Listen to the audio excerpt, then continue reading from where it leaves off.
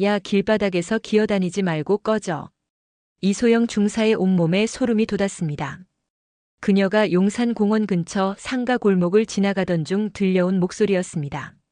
안녕하세요. 여러분, 감동적이면서 소름 돋는 오늘 이야기 시작 전 좋아요 버튼을 꾹 눌러주시고 지금 어디서 무엇을 하며 들으시는지 댓글로 남겨주세요. 집안일을 하시는지 산책 중인지 운동하시는지 궁금합니다. 여러분의 일상을 듣고 소통하고 싶습니다. 2024년 7월 18일 목요일 오후 3시 20분 서울에는 장마철 특유의 끈적한 습기가 가득했습니다. 비가 그친 지 얼마 되지 않아 아스팔트에서는 수증기가 피어오르고 있었고 곳곳에는 아직 물웅덩이가 남아 있었습니다. 대한민국 공군 특전사 소속 이소영 중사는 2달간의 해외 파견 임무를 마치고 받은 소중한 이틀간의 휴가를 보내고 있었습니다. 28살의 그녀는 군복 대신 하늘색 반팔 티셔츠와 검은색 청바지를 입고 있었지만 어깨를 곧게 편 자세와 주변을 끊임없이 살피는 날카로운 눈빛만큼은 여전히 특전사군인 그대로였습니다. 소영은 오랜만에 만날 고등학교 친구를 위해 선물을 사러 가는 길이었습니다. 파견지에서는 맛볼 수 없었던 시원한 팥빙수와 냉면 냄새가 코끝을 간지럽혔습니다. 습한 날씨 속에서도 평범한 일상의 소중함을 새삼 느끼며 걷던 그때였습니다. 돈 있으면 내놓고 없으면 그 바퀴 달린 의자라도 팔아서 가져와. 소영의 발걸음이 저절로 멈췄습니다. 목소리가 들려온 방향을 돌아보니 좁은 골목 안쪽에서 믿기 어려운 광경이 펼쳐지고 있었습니다. 휠체어에 앉은 한 할아버지를 4명의 젊은 남자들이 에워싸고 있었습니다. 휠체어에 앉은 분은 김영철이라는 이름이 적힌 복지관 출입증을 목에 걸고 계셨습니다. 73세 정도로 보이는 그 할아버지의 얼굴은 공포로 창백했습니다. 그의 무릎 위에는 낡은 가방 하나가 놓여 있었고 휠체어 옆에는 복지관에서 나눠준 것으로 보이는 도시락 하나가 떨어져 있었습니다. 분명 복지관에서 점심을 드시고 돌아가시는 길이었을 것입니다. 할아버지의 손은 파킨슨병인지 미세하게 떨리고 있었고 그 떨림이 두려움 때문에 더욱 심해지는 것을 볼 수 있었습니다. 영철 할아버지를 둘러싼 4명의 남자들은 모두 20대 초반으로 보였습니다. 그들의 옷차림새는 범상치 않았습니다. 명품 운동화에 값비싸 보이는 시계를 차고 있었고 머리 스타일과 문신까지 전형적인 동네 불량배의 모습이었습니다. 그들 중 가장 키가 큰 남자의 팔뚝에는 용 문신이 새겨져 있었고 손목에는 수백만 원은 좋게 할 것 같은 금시계가 번쩍이고 있었습니다. 제발 그냥 보내주세요. 저 진짜 돈 없어요. 영철 할아버지가 떨리는 목소리로 애원했습니다. 그의 목소리에는 절망감이 가득했습니다. 하지만 불량배들의 얼굴에는 오히려 즐거움이 떠올라 있었습니다. 약자의 고통을 보며 쾌감을 느끼는 잔인한 미소였습니다. 없다고 개소리하지 마, 할아버지. 너희 같은 늙은이들 국가에서 돈 주잖아. 연금이며 수당이며 다 어디다 썼어? 가장 앞에 서 있던 박민준이라는 이름의 남자가 비웃으며 말했습니다. 그는 23살이었지만 이미 성인 못지않은 악독함을 보이고 있었습니다. 그의 얼굴에는 여러 곳에 상처 자국이 있었는데 아마도 싸움을 자주 벌인 흔적인 것 같았습니다. 소영은 그 말을 듣는 순간 주먹이 저절로 움켜쥐어지는 것을 느꼈습니다. 특전사에서 받은 혹독한 훈련이 그녀의 몸에 반사적으로 스며들었습니다. 하지만 아직은 상황을 정확히 파악해야 했습니다. 성급한 개입이 오히려 피해자에게 더 큰 해를 끼칠 수도 있었으니까요. 그녀는 골목 입구의 그늘에 숨어서 상황을 지켜보기로 했습니다. 장마철의 습한 공기가 골목 안에 가득했습니다.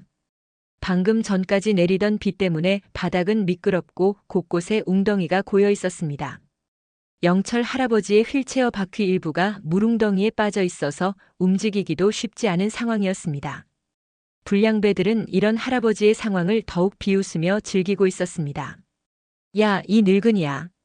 휠체어 바퀴나 빼서 팔아서 돈이라도 만들어와. 민준의 옆에 서 있던 뚱뚱한 남자가 영철 할아버지의 휠체어를 발로 툭 차며 말했습니다. 그 충격에 할아버지의 몸이 앞으로 기울었고 무릎 위에 있던 가방이 젖은 바닥에 떨어졌습니다. 가방에서 약통 몇 개와 복지관에서 받은 작은 간식들이 웅덩이 속으로 굴러떨어졌습니다. 아니면 집에 가서 자식들한테 돈 달라고 해. 어차피 너 같은 폐물 키우느라 나라에서 돈 주잖아. 또 다른 불량배가 조롱 섞인 웃음을 터뜨리며 말했습니다. 그들의 웃음소리가 좁은 골목에 메아리 쳤습니다. 습한 공기와 함께 그들의 악독한 웃음소리가 뒤섞여 더욱 끔찍한 분위기를 만들어내고 있었습니다. 소영은 더 이상 참을 수 없었습니다. 약자를 괴롭히는 모습을 보는 것만으로도 그녀의 가슴속에서 분노가 치솟아 올랐습니다. 특히 연로하신 할아버지를 이렇게 괴롭히는 모습은 도저히 용납할 수 없었습니다. 하지만 그녀는 아직 민간인 신분이었습니다. 신중하게 접근해야 했습니다.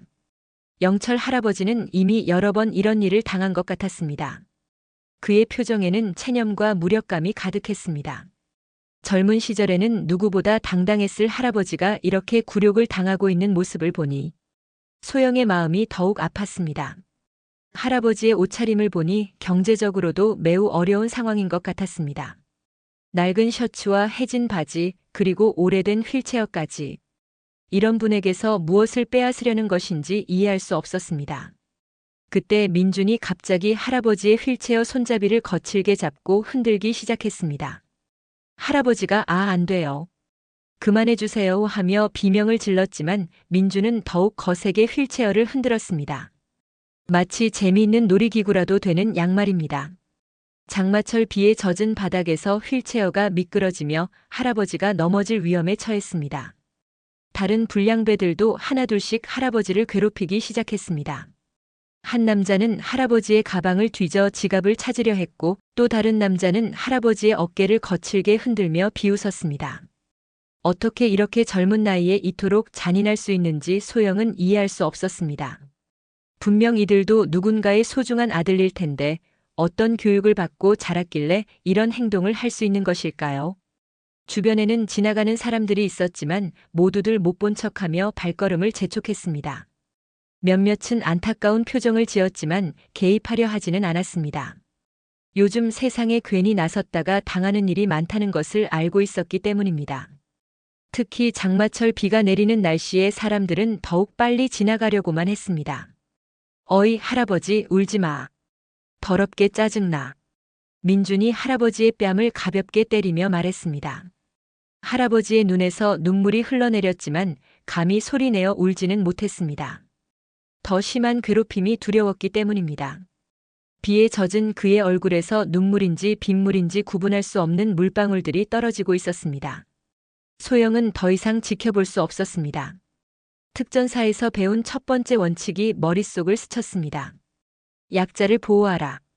그것이 진정한 군인의 임무다. 그녀는 깊은 숨을 들이마시고 천천히 불량배들을 향해 걸어갔습니다. 장마철의 습한 공기가 그녀의 결심을 더욱 굳혔습니다. 하지만 소영이 몇 걸음 다가가기도 전에 상황은 더욱 심각해졌습니다. 민준이 갑자기 영철 할아버지의 휠체어를 뒤로 밀어 기울이기 시작한 것입니다. 젖은 바닥에서 휠체어가 미끄러지며 할아버지가 뒤로 넘어질 위험에 처했습니다.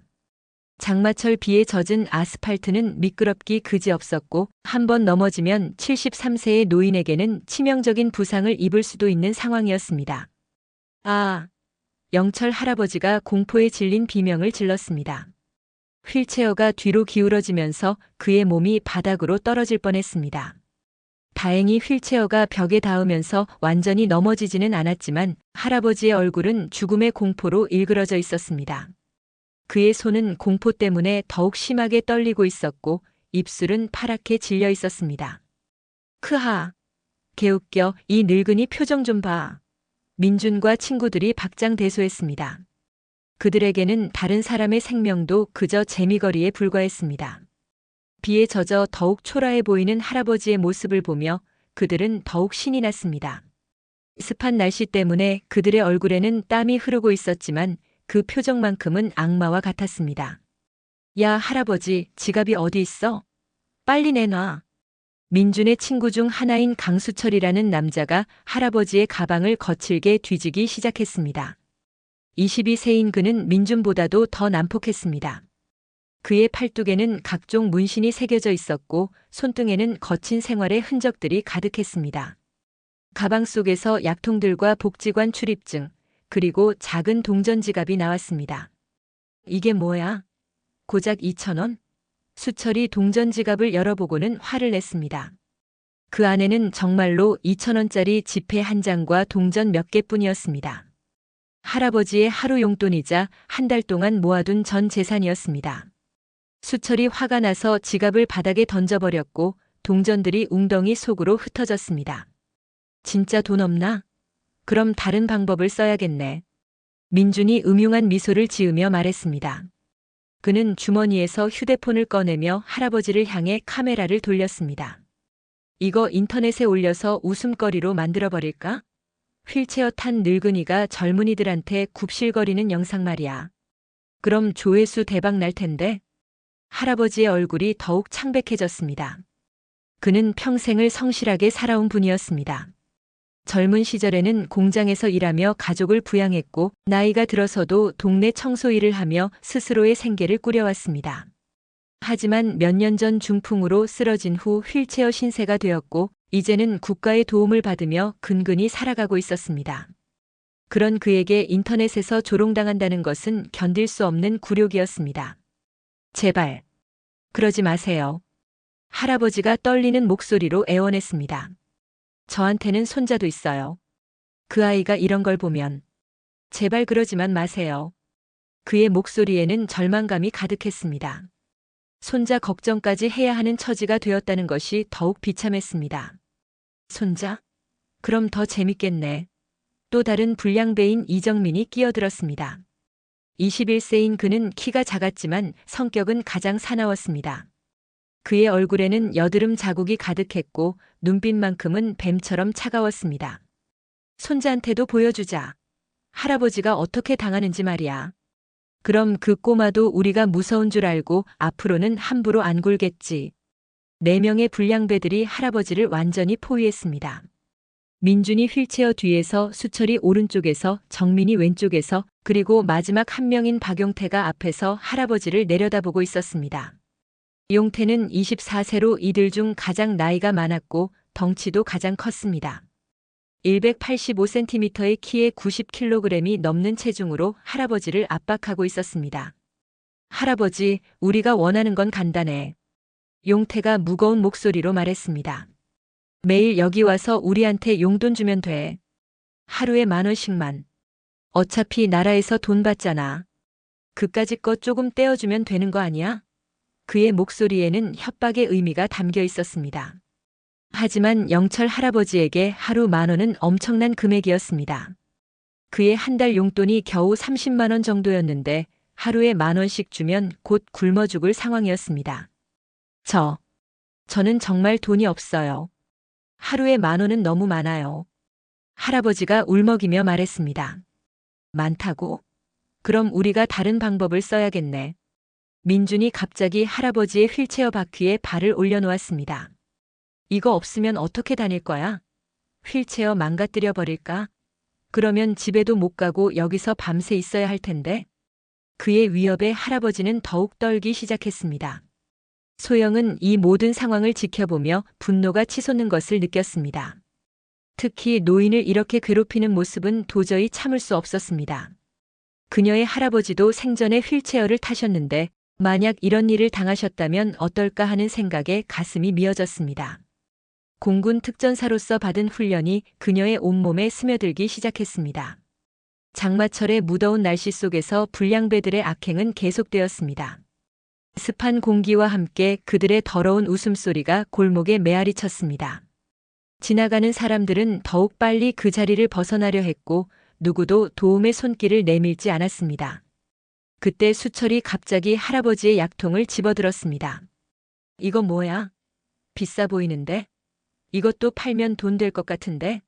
그는 약통을 흔들어 보며 웃었습니다. 하지만 그 약들은 할아버지 건강에 꼭 필요한 약들이었어요. 이건 할아버지께서 매일 드셔야 하는 중요한 약이에요. 하루라도 걸으면 위험해요. 그건 제 약이에요. 없으면 아플 수도 있어요. 할아버지가 간절하게 말했습니다. 제발 그것만은 돌려주세요. 돈은 없어도 약은 꼭 필요해요. 그의 목소리에는 생사를 건 절박함이 담겨 있었습니다. 아프다고? 그럼 우리한테 돈 안 주면 진짜 아프게 되는 거네. 정민이 비웃으며 말했습니다. 그럼 더 좋잖아. 확실한 동기가 생겼네. 돈 안 주면 약 안 돌려줄 테니까 열심히 구해와. 그는 약통을 자신의 주머니에 넣어버렸습니다. 소영의 주먹이 더욱 꽉 쥐어졌습니다. 이제는 단순한 괴롭힘이 아니라 생명을 위협하는 상황이 되었습니다. 더 이상 지켜볼 수 없었습니다. 하지만 그녀는 여전히 신중했습니다. 잘못 개입하면 할아버지가 더 큰 피해를 볼 수도 있었기 때문입니다. 그런데 그때였습니다. 민준이 갑자기 할아버지의 휠체어를 앞으로 확 밀어버렸습니다. 젖은 바닥에서 휠체어가 미끄러지며 할아버지가 앞으로 고꾸라질 뻔했습니다. 간발의 차이로 벽에 부딪히며 멈췄지만 할아버지는 충격으로 인해 깜짝 놀라며 몸을 떨었습니다. 벽에 부딪힌 충격은 73세의 노인에게는 결코 가볍지 않았습니다. 아! 할아버지가 고통스러운 비명을 질렀습니다. 충격으로 인해 온몸이 아파하는 모습이 역력했습니다. 비에 젖은 얼굴에는 고통의 표정이 가득했고 73세의 노인에게는 작은 충격도 큰 아픔으로 다가왔습니다. 많이 아픈가 보네. 용태가 신기하다는 듯 말했습니다. 할아버지, 병원비도 필요하겠는걸? 그럼 돈을 더 많이 구해와야겠네. 하루에 2만 원으로 올려야겠다. 그들에게는 할아버지의 고통조차 돈을 더 뜯어낼 수 있는 기회로 보였습니다. 소영은 더 이상 참을 수 없었습니다. 할아버지의 고통스러운 모습을 보는 순간 그녀 안에 잠들어 있던 특전사의 본능이 완전히 깨어났습니다. 약자를 지키는 것이 군인의 가장 기본적인 임무라는 것을 뼈속 깊이 새기고 있던 그녀였습니다. 장마철의 습한 공기도 주변의 시선도 그 어떤 것도 그녀를 막을 수 없었습니다. 바로 그 순간이었습니다. 소영의 몸이 번개처럼 움직였습니다. 그녀는 단숨에 불량배들과 할아버지 사이의 거리를 좁혔습니다. 공군 특전사에서 갈고 닦은 순간 이동 능력이 발휘된 것입니다. 장마철의 습한 공기를 가르며 그녀가 나타나자 골목의 분위기가 순식간에 바뀌었습니다. 그만해요. 소영의 목소리는 차가웠지만 단호했습니다. 그녀는 영철 할아버지의 휠체어를 안정시키며 불량배들을 노려보았습니다. 군인으로서 수많은 위험 상황을 겪어온 그녀의 눈빛에는 범접할 수 없는 기운이 서려 있었습니다. 비에 젖은 그녀의 머리카락이 얼굴에 붙어 있었지만 그 모습조차 위압적이었습니다. 불량배들이 갑작스런 개입에 당황하며 소영을 쳐다보았습니다. 하지만 그들의 눈에 비친 소영은 그저 평범한 20대 여성에 불과했습니다. 하늘색 반팔 티셔츠와 검은색 청바지를 입은 얌전해 보이는 여자가 자신들을 막을 수 있다고는 생각지 못했습니다. 특히 장마철 비에 젖은 모습은 더욱 약해 보였습니다. 뭐야, 너 누구야? 민준이 소영을 위아래로 훑어보며 비웃었습니다. 괜히 끼어들다가 다칠까봐 걱정이라도 해주는 거냐는 듯한 표정이었습니다. 그의 얼굴에는 여자 하나쯤은 쉽게 처리할 수 있다는 오만함이 가득했습니다. 소영은 대답 대신 할아버지에게 다가가 그의 상태를 확인했습니다. 다행히 크게 다친 곳은 없어 보였지만 극도의 공포와 스트레스로 온몸이 떨리고 있었습니다. 할아버지의 손이 더욱 심하게 떨리는 것을 보며 소영의 마음이 아팠습니다. 괜찮으세요, 할아버지? 이제 안전하세요. 소영이 부드러운 목소리로 할아버지를 안심시켰습니다. 그녀의 목소리에는 따뜻함과 동시에 확신이 담겨 있었습니다. 영철 할아버지는 그제야 조금 안도하며 고개를 끄덕였습니다. 고맙습니다, 아가씨. 정말 고맙습니다. 할아버지가 떨리는 목소리로 말했습니다. 야, 아줌마, 여기서 뭐 하는 거야? 빨리 꺼져. 용태가 소영을 향해 소리쳤습니다. 자신들의 재미를 방해받는 것이 못마땅했습니다. 그의 거대한 체구로 소영을 위협하려 했지만 소영은 전혀 위축되지 않았습니다. 학생들, 그만하고 돌아가세요. 소영이 차분하지만 단호한 목소리로 말했습니다. 그녀는 불량배들과 할아버지 사이에 서서 보호막 역할을 하고 있었습니다. 28년간 살아오면서 익힌 인내심과 특전사에서 배운 협상수를 동원해 평화적으로 상황을 해결하려 했습니다. 하지만 박민준과 그의 무리들은 소영의 진심 어린 충고를 우습게 여겼습니다. 그들의 눈에는 그저 자신들보다 키도 작고 힘도 약해 보이는 여자가 건방지게 나서는 것으로밖에 보이지 않았습니다. 장마철의 습한 날씨 때문에 모두가 지쳐 있었지만 그들의 오만함만큼은 여전했습니다. 야, 아줌마 몇 살이야? 20 몇 살 먹고 우리한테 훈계질이야? 민준이 코웃음을 치며 말했습니다. 그의 옆에 선 뚱뚱한 친구 수철이 킥킥거리며 맞장구를 쳤습니다. 아, 진짜 꼰대 냄새 진동한다. 우리가 뭘 잘못했다고 그러는데? 그들의 말투에는 기성세대에 대한 반감과 함께 여성을 무시하는 태도가 그대로 드러나 있었습니다. 소영은 깊은 숨을 들이마셨습니다. 파견지에서 적대적인 상황을 수없이 겪으며 익힌 인내력이 발휘되는 순간이었습니다. 그녀는 여전히 대화로 이 상황을 해결하고 싶었습니다. 어린 청년들과 불필요한 충돌을 벌이는 것은 그녀가 원하는 바가 아니었습니다. 더군다나 이런 습한 날씨에 모두가 예민해져 있는 상황에서는 더욱 신중해야 했습니다. 이 할아버지가 여러분에게 무슨 잘못을 하셨나요? 소영이 영철 할아버지를 가리키며 물었습니다. 그냥 복지관에서 돌아오시는 길에 여러분들이 괴롭히고 있는 것 같은데요. 잘못 본 건가요?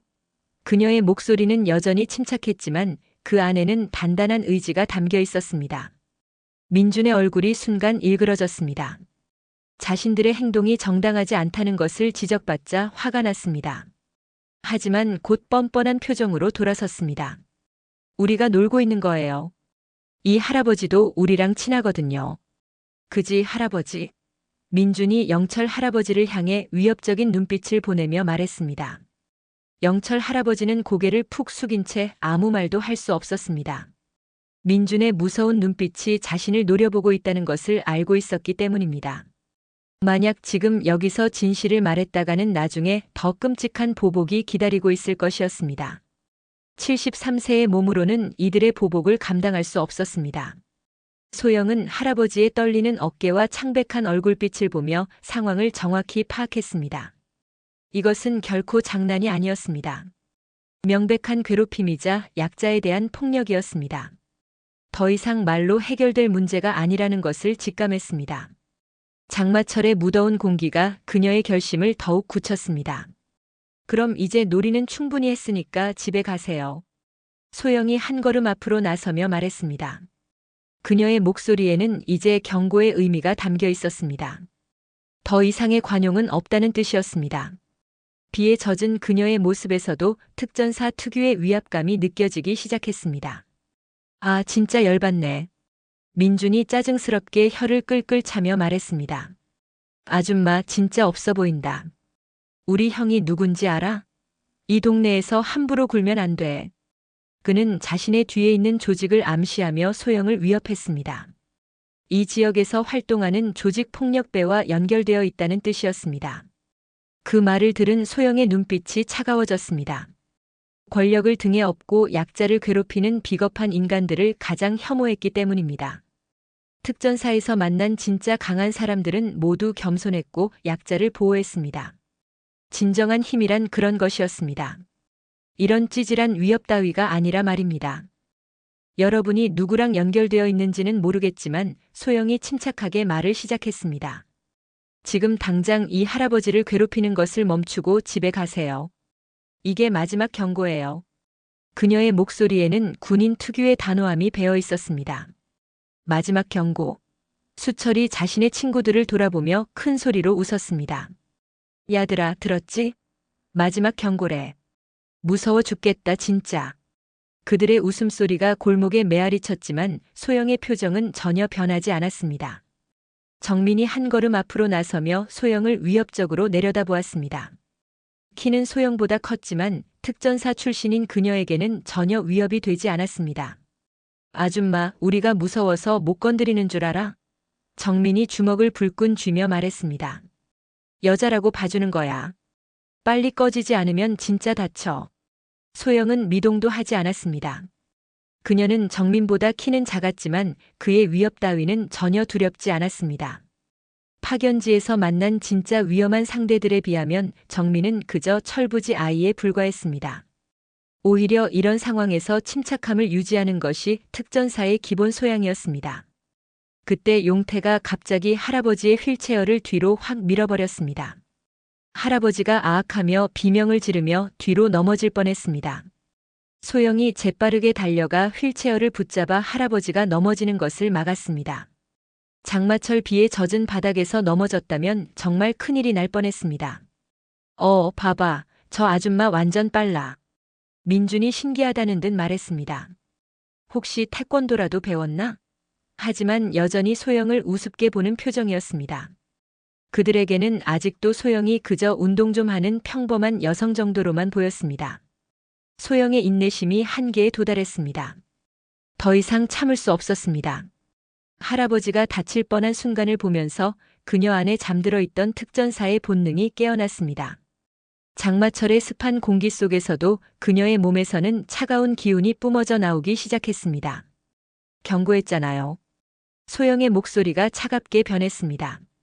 이제 그녀의 눈에서는 일반인의 온화함이 사라지고 작전 중인 군인의 냉철함이 드러나기 시작했습니다. 불량배들은 아직 자신들이 어떤 상대와 마주하고 있는지 모르고 있었습니다. 뭐라고? 네가 감히? 민준이 버럭 소리를 지르며 소영에게 다가섰습니다. 그는 자신이 이 동네에서 어떤 존재인지 보여주겠다는 심산이었습니다. 하지만 그 순간 그는 자신의 인생에서 가장 큰 실수를 하려고 하고 있었습니다. 하지만 그 순간 소영의 손이 번개처럼 움직였습니다. 민준이 뭔 일이 일어났는지도 모르는 사이에 그의 손목이 소영의 손에 잡혀 있었습니다. 공군 특전사에서 배운 관절 제압술의 기본기였습니다. 장마철의 습한 공기 속에서도 소영의 움직임은 정확하고 빨랐습니다. 아, 뭐야, 놓아. 민준이 갑작스러운 고통에 비명을 질렀습니다. 소영의 손에 잡힌 손목에서 전기가 흐르는 듯한 아픔이 팔 전체로 퍼졌습니다. 그는 이런 고통을 느껴본 적이 없었습니다. 지금까지 자신이 다른 사람들에게 가했던 고통이 이런 것이었구나 하는 생각이 들었습니다. 여러분이 이 할아버지에게 한 것처럼 아프지요? 소영이 차분하게 말했습니다. 그녀는 민준에게 심각한 부상을 입히지 않을 정도로만 압력을 가했습니다. 하지만 그 정도만으로도 민준에게는 충분한 교훈이 되었습니다. 특전사에서 배운 정확한 앞점 지식이 빛을 발하는 순간이었습니다. 야, 이 미친년아. 우리 형 놔. 수철이 소리치며 소영에게 달려들었습니다. 하지만 소영은 이미 그의 움직임을 예상하고 있었습니다. 특전사에서 받은 다대일 전투 훈련이 몸에 배어 있었기 때문입니다. 비에 젖은 바닥에서도 그녀의 균형 감각은 완벽했습니다. 소영은 민준의 손목을 놓으면서 동시에 몸을 돌려 수철의 공격을 피했습니다. 그리고 그가 균형을 잃고 비틀거리는 사이 그의 어깨를 가볍게 눌러 바닥에 무릎을 꿇게 만들었습니다. 장마철 비에 젖은 아스팔트에 수철의 무릎이 닿으면서 그는 당황스러운 표정을 지었습니다. 어떻게 이런 일이 가능한지 수철은 이해할 수 없었습니다. 분명 자신이 힘도 더 세고 덩치도 더 큰데 왜 이 여자 앞에서는 꼼짝할 수 없는 것일까요? 그의 머릿속에는 혼란만이 가득했습니다. 지금까지 자신들이 힘으로 다른 사람들을 압박해왔는데 진짜 실력 앞에서는 이렇게 무력해지는 것이었습니다. 나머지 2명의 불량배들이 무서워하며 뒤로 물러섰습니다. 정민과 용태는 소영의 실력을 직접 본 후 이제 더 이상 그녀를 만만하게 볼 수 없었습니다. 여자라고 해서 약할 것이라는 그들의 편견이 완전히 깨어진 순간이었습니다. 이제 알겠어요? 소영이 일어나며 불량배들을 차례로 바라보았습니다. 더 이상 말로는 안 되겠군요. 좋아요. 그럼 확실하게 정리하죠. 그녀의 목소리에는 더 이상 관대함이 없었습니다. 약자를 괴롭히는 자들에게 보여줄 자비는 없었습니다. 영철 할아버지는 놀란 눈으로 소영을 바라보았습니다. 자신을 괴롭히던 무서운 젊은이들이 이 여자 앞에서는 힘 한 번 써보지 못하고 당하고 있었습니다. 도대체 이 사람은 누구일까요? 천사가 따로 없다는 생각이 들었습니다. 야, 이 미친년아. 우리가 누군지 알아? 민준이 바닥에서 일어나며 이를 악물고 소리쳤습니다. 손목이 아직도 욱신거렸지만 자존심이 더 아팠습니다. 자신보다 작은 여자에게 당했다는 사실이 견딜 수 없었습니다. 특히 동네 사람들이 지켜보는 가운데 이런 굴욕을 당했다는 것이 화가 났습니다. 소영은 민준의 분노에 찬 눈빛을 보며 상황이 더 심각해질 것임을 직감했습니다. 하지만 이제 돌이킬 수 없었습니다. 할아버지의 안전을 지키기 위해서는 이들을 완전히 무력화시켜야 했습니다. 장마철의 무더운 날씨가 그녀의 결심을 더욱 굳혔습니다. 형, 그냥 가자. 이 여자 뭔가 이상해. 정민이 무서워하며 민준의 팔을 잡았습니다. 21살인 그는 소영의 차가운 눈빛에서 뭔가 위험한 기운을 느꼈습니다. 지금까지 만나본 사람들과는 완전히 다른 종류의 사람이라는 것을 본능적으로 알 수 있었습니다. 하지만 민준은 정민의 말을 무시했습니다. 오히려 더욱 흥분한 채로 주머니에서 무언가를 꺼냈습니다. 작은 과도였습니다. 원래는 과일을 깎기 위한 용도였지만 지금 이 상황에서는 위험한 무기가 될 수 있었습니다. 날카로운 칼날이 장마철 어둑한 하늘 아래에서도 반짝였습니다. 위험한 물건이야. 주변에서 이 광경을 지켜보던 시민들이 놀라며 뒤로 물러섰습니다. 할머니 한 분은 무서워하며 휴대폰을 꺼내 신고를 하려 했습니다. 상황이 단순한 말다툼을 넘어서 정말 위험한 지경에 이르렀습니다. 이제 좀 무서워? 민준이 과도를 들고 소영을 위협했습니다. 하지만 그의 손은 미세하게 떨리고 있었습니다. 아무리 불량배라 해도 실제로 흉기를 휘두른 경험은 없었기 때문입니다. 그저 사람들을 겁주기 위한 용도로 들고 다녔을 뿐이었습니다. 소영의 표정이 완전히 바뀌었습니다. 더 이상 관대한 민간인이 아니었습니다. 생명을 위협하는 무기가 등장한 순간 그녀는 완전한 특전사로 변했습니다. 그녀의 눈에서 모든 감정이 사라지고 차가운 계산만이 남았습니다. 수많은 위험 상황을 헤쳐나온 경험이 그녀의 온몸에 스며들었습니다. 그 물건을 내려놓으세요. 소영의 목소리는 얼음장처럼 차가웠습니다. 마지막 기회입니다. 지금 내려놓으면 크게 다치지 않게 해줄게요. 그녀의 목소리에는 협상의 여지가 전혀 없었습니다. 완전한 명령조였습니다. 뭐라고? 네가 뭔데 감히? 민준이 소영을 향해 과도를 휘둘렀습니다. 하지만 그의 움직임은 소영에게는 마치 슬로우 모션처럼 보였습니다. 수없이 많은 실전을 경험한 그녀에게 아마추어의 공격은 너무나 뻔했습니다. 특전사에서 받은 무장 해제 훈련이 몸에 완전히 배어 있었습니다. 소영의 몸이 유령처럼 움직였습니다. 과도가 스쳐 지나가는 순간 그녀는 민준의 손목을 정확히 잡았습니다. 그리고 특전사에서 배운 무장 해제 기술을 사용했습니다. 장마철의 습한 공기 속에서도 그녀의 동작은 정확하고 빨랐습니다. 민준의 비명과 함께 과도가 바닥에 떨어졌습니다. 소영은 민준의 손목을 비틀며 그를 바닥에 무릎 꿇게 만들었습니다. 모든 것이 3초도 안 되는 시간에 일어난 일이었습니다. 비에 젖은 바닥에 무릎을 꿇은 민준의 얼굴에는 믿을 수 없다는 표정이 가득했습니다. 이럴 줄 알았으면 처음부터 이렇게 했을 텐데. 소영이 민준의 귀에 속삭였습니다. 여러분이 이 할아버지를 괴롭힌 것보다 훨씬 아플 거예요. 그녀의 목소리에는 차가운 경고가 담겨 있었습니다. 수철이 친구를 도우려고 다시 달려들었지만 소영은 민준을 붙잡은 채로도 민첩하게 움직였습니다. 그녀의 다리가 번개처럼 뻗어나가 수철의 정강이를 정확히 가격했습니다. 아프지만 다치지는 않을 정도로 완벽하게 조절된 공격이었습니다. 수철이 고통에 몸을 구부리며 바닥에 주저앉았습니다. 소영의 발차기는 뼈가 다치지 않을 정도로 조절되었지만 충분히 아팠습니다.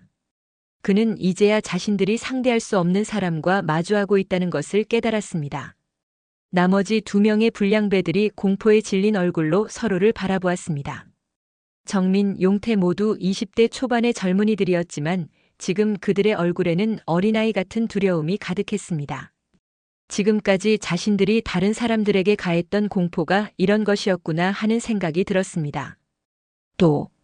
도망가자.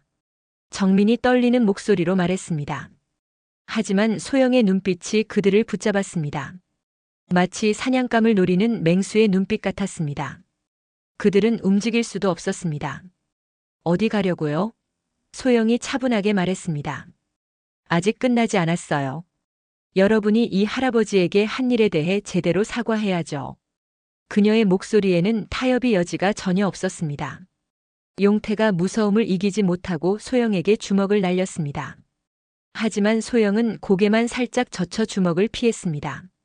그리고 용태의 팔을 잡아 그를 민준 옆에 무릎 꿇게 만들었습니다. 특전사에서 배운 완벽한 제압술이었습니다. 정민은 더 이상 저항할 엄두도 내지 못하고 스스로 바닥에 무릎을 꿇었습니다. 4명의 불량배들이 모두 소영 앞에서 무릎을 꿇은 채 벌벌 떨고 있었습니다. 장마철의 습한 공기 속에서 그들의 오만함은 완전히 사라져 있었습니다. 주변에 모여든 시민들이 감탄사를 터뜨렸습니다. 대단하다, 저 여자 누구야? 진짜 멋있다. 한 아저씨가 박수를 치며 소리쳤습니다. 휠체어를 탄 할아버지를 괴롭히던 불량배들이 정체불명의 여성에게 제압당하는 장면은 충분히 화제가 될 만했습니다. 휴대폰으로 이 장면을 촬영하는 사람들도 생겨났습니다. 장마철 빗속에서 벌어진 이 극적인 상황은 많은 사람들의 마음을 움직였습니다. 약자를 지키는 정의로운 사람의 모습이 얼마나 아름다운지를 보여주는 장면이었습니다. 이제 이 할아버지에게 진심으로 사과하세요. 그리고 다시는 약한 사람을 괴롭히지 않겠다고 약속하세요. 소영이 무릎 꿇은 불량배들을 내려다보며 말했습니다. 장마철의 습한 공기 속에서도 그녀의 목소리는 단호하고 확고했습니다. 죄송합니다. 민준이 떨리는 목소리로 말했습니다. 할아버지, 미안해요. 진짜 미안해요. 다시는 이런 짓 안 할게요. 그의 목소리에는 진심 어린 후회가 담겨 있었습니다. 지금까지 자신이 얼마나 잘못된 일을 해왔는지 깨달은 것입니다. 다른 불량배들도 하나둘씩 사과하기 시작했습니다. 수철이 고개를 푹 숙이며 말했습니다. 할아버지, 정말 죄송해요. 저희가 너무 못됐어요. 앞으로는 절대 이런 일 안 할게요. 정민과 용태도 마찬가지로 진심 어린 사과를 했습니다. 영철 할아버지는 믿을 수 없다는 표정으로 이 모든 상황을 지켜보고 있었습니다. 자신을 그토록 괴롭히던 무서운 젊은이들이 이 여자 앞에서는 어린아이처럼 무력해져 있었습니다. 그리고 지금은 진심으로 사과까지 하고 있었습니다. 정말 꿈만 같은 일이었습니다. 고맙습니다. 정말 고맙습니다. 할아버지가 떨리는 목소리로 소영에게 말했습니다. 아가씨가 아니었으면 어떻게 됐을지. 정말 천사 같은 분이에요. 그의 눈에서는 감동의 눈물이 흘러내리고 있었습니다. 누구세요? 민준이 소영에게 조심스럽게 물었습니다. 어떻게 이렇게 강할 수 있는지 정말 궁금했습니다. 자신들이 상대할 수 없는 실력을 가진 사람이라는 것은 분명했지만 정체가 무엇인지 알 수 없었습니다. 소영은 잠시 망설였습니다. 자신의 정체를 밝히는 것이 좋을지 확신이 서지 않았습니다. 하지만 이 젊은이들이 다시는 이런 짓을 하지 않도록 하기 위해서는 어느 정도의 위압이 필요하다고 판단했습니다. 저는 이소영이에요. 소영이 차분하게 말했습니다. 대한민국 공군 특전사 이소영 중사. 현재는 휴가 중이지만 이런 상황을 그냥 넘어갈 수는 없었어요. 그녀의 목소리에는 자부심과 함께 경고의 의미가 담겨 있었습니다. 특전사요? 용태의 얼굴이 더욱 창백해졌습니다. 자신들이 건드린 상대가 보통 사람이 아니었다는 것을 이제야 깨달았습니다. 공군 특전사라면 대한민국 최정예 부대 중 하나였습니다. 그런 사람과 맞서려 했다니 정말 무모한 일이었습니다. 주변 시민들 사이에서 또 한 번 감탄사가 터져나왔습니다. 특전사 여군이라니 어쩐지 이상하더라. 진짜 대단하다. 우리나라 군인들이 이렇게 훌륭하구나. 한 아주머니가 박수를 치며 소리쳤습니다. 할머니 한 분이 소영에게 다가와 말했습니다. 고맙습니다, 중사님. 이런 나쁜 아이들을 혼내주셔서요. 요즘 젊은이들이 너무 버릇 없어졌어요. 이런 분이 계셔서 우리가 안심하고 살 수 있는 거네요. 할머니의 눈에 눈물이 맺혔습니다. 소영은 고개를 숙여 인사했습니다. 당연한 일을 했을 뿐입니다, 할머니. 누구나 그랬을 거예요. 약자를 지키는 것은 군인으로서 당연한 의무니까요. 그녀의 겸손한 모습에 시민들의 박수가 더욱 커졌습니다. 그때 민준이 갑자기 일어나며 소리쳤습니다. 이거 끝난 거 아니에요. 우리 형님한테 말할 거예요. 함부로 우리를 때렸잖아요. 그의 목소리에는 아직도 반항심이 남아 있었습니다. 조직의 힘을 믿고 있었기 때문입니다. 소영의 눈빛이 다시 차가워졌습니다. 형님이 누군지는 모르겠지만 내가 무엇을 했는지 정확히 말해보세요. 나는 여러분이 위험한 물건으로 위협했을 때 정당방위를 한 것뿐이에요. 그녀의 목소리는 침착했지만 단호했습니다. 주변 시민들이 일제히 고개를 끄덕였습니다. 맞아요. 이 학생들이 먼저 위험한 걸로 위협했어요. 여기 계신 분들이 다 봤어요. 한 아저씨가 크게 소리쳤습니다. 게다가 휠체어 탄 할아버지를 괴롭히는 것부터가 잘못이었어요. 또 다른 시민이 말했습니다. 오히려 이 여군분께 감사해야 할 일이죠. 정의로운 일을 하셨는데 뭘 따지려고 그래요? 대학생으로 보이는 젊은 여성이 분개하며 말했습니다. 시민들의 여론은 완전히 소영의 편이었습니다. 민주는 자신에게 불리한 상황이 벌어지고 있음을 깨달았습니다. 주변 사람들이 모두 소영의 편을 들고 있었고 자신들의 행동을 비난하고 있었습니다. 하지만 아직 포기할 수는 없었습니다. 우리 그냥 갈게요. 민준이 급하게 말했습니다. 친구들을 데리고 그 자리를 벗어나려 했습니다. 더 이상 여기 머물러 봤자 좋을 게 없다고 판단했기 때문입니다. 하지만 소영이 그들을 막아섰습니다. 아직 끝나지 않았어요. 경찰이 올 때까지 기다려야 해요. 여기 계신 분들이 모든 것을 다 봤으니까 제대로 된 조사를 받아야죠. 그녀의 말에 시민들이 동조했습니다. 실제로 이미 누군가가 신고를 한 모양이었습니다. 멀리서 경찰차 사이렌 소리가 들려오기 시작했습니다. 장마철의 습한 공기를 가르며 사이렌 소리가 점점 가까워지고 있었습니다. 불량배들의 얼굴이 완전히 하얗게 질렸습니다. 이제 더 이상 도망갈 곳도 없었고 자신들이 저지른 일에 대한 대가를 치러야 할 시간이 다가오고 있었습니다. 특히 민주는 위험한 물건을 사용했기 때문에 더욱 심각한 처벌을 받을 수도 있었습니다. 그런데 그때였습니다. 고급 승용차 한 대가 급하게 현장에 도착했습니다. 차에서 말끔한 정장을 입은 중년 남성이 내렸습니다. 김철수라는 이름표를 단 그는 이 지역 구청장의 비서실장이었습니다. 민준의 전화를 받고 급하게 달려온 것입니다. 잠깐만요, 경찰관님. 김철수가 도착한 경찰관에게 다가가며 명함을 건넸습니다.